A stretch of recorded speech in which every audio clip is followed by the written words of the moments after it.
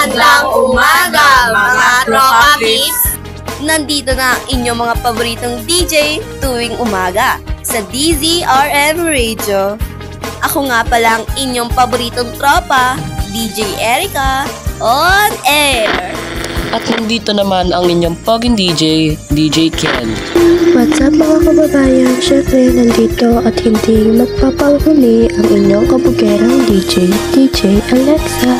At kami ang inyong DJ of the day. Mga tropa, alam nyo na ba ang chismis of the day? Basta chismis talaga, ang bilis ah. Pero ano nga yung chismis? Eto na nga, nalaman ko dun to sa kapitbahay namin.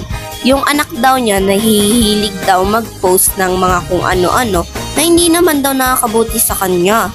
At ito pa, kinagabihan tinignan daw niya yung cellphone ng anak niya at dun sa messenger nakita niya yung isang GC.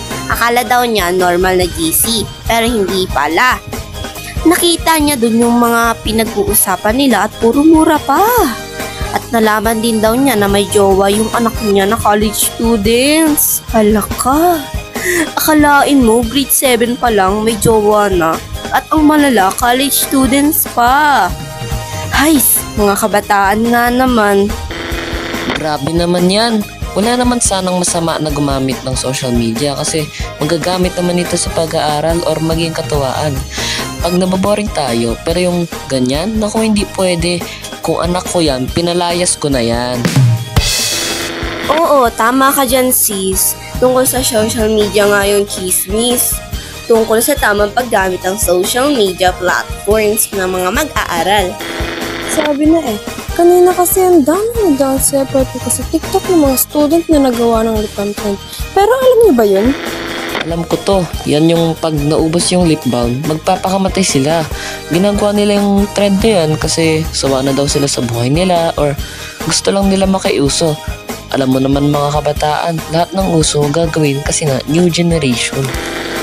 Pwede pa naman masolusyonan yan basta gamitin lang ang tama katulad ng AI. Dapat ginagamit lang sa pag-research o kuhaan lang ng mga ideya kapag walang maintindihan. For Facebook naman, gamitin ng Facebook na may pananagutan. Limitahin ang oras na ginugulgul nyo rito para hindi maka-apekto sa inyong pag-aaral. Pumili ng mga grupo o pahina na makakatulong sa inyong pag-aaral. At huwag hayaang maging distraction ng Facebook sa inyong mga gawain. Balansahin ang inyong oras sa pag-aaral at paggamit ng social media. For Messenger naman, gamitin ng Messenger para sa komunikasyon sa kaklase at paggawa ng proyekto. Iwasan ang pagbabahagi ng personal na impormasyon at maging responsable sa paggamit nito. Huwag hayaang maging distraction ito sa pag-aaral. Mga katropa, tandaan nyo, lalo na sa mga kabataan dyan, ang tamang paggamit ng social media platform sa pag-aaral lang dapat nakafocus kasi pwede naman gamitin ito sa tambayan kapag boring kayo. Pero always set boundaries so hindi kayo maapektuhan ng mga kung ano-ano sa social media. If may problema kayo, magsabi lang sa mga magulang or kaibigan nyo. Always think positive. Ano ba yan? Hanggang dito na lang mga katropa. Hanggang sa susunod na lang ulit. Ako nga pala ulit ang inyong paboritong DJ, DJ Erica. Ako naman ang inyong poging DJ, DJ Kel. At ako naman ang inyong DJ Alexa, always present. Siyempre, hindi mawawala ang inyong magandang DJ, DJ Elaine. At nandito na nagtatapos ang DZRM Radio. Hanggang sa ulit mga tropa peeps.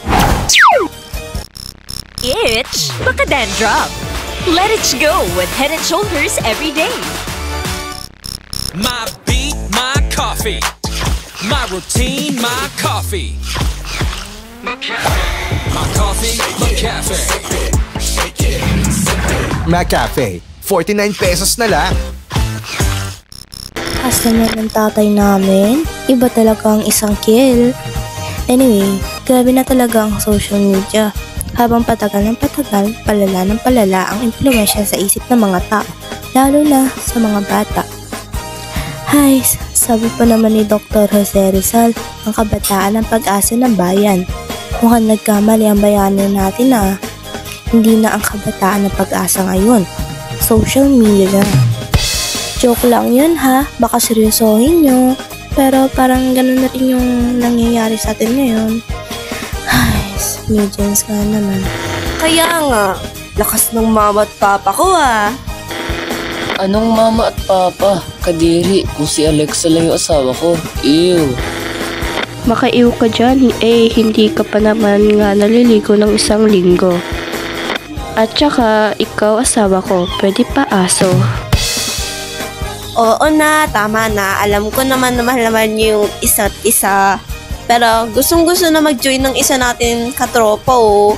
Hindi nyo nga man lang nalaman na nag-join na siya. Ay, nandyan nga pala ang katropa natin. Ba't kasi hindi ka nagsasalita? By the way, i-welcome pa natin ang isa pa nating DJ for today. Nandito na ang maganda niyong DJ ini. Medyo late ako pero at least kasama ko pa rin kayo. Pero balita ko yung chismis tungkol sa social media ha. Sa truth ba?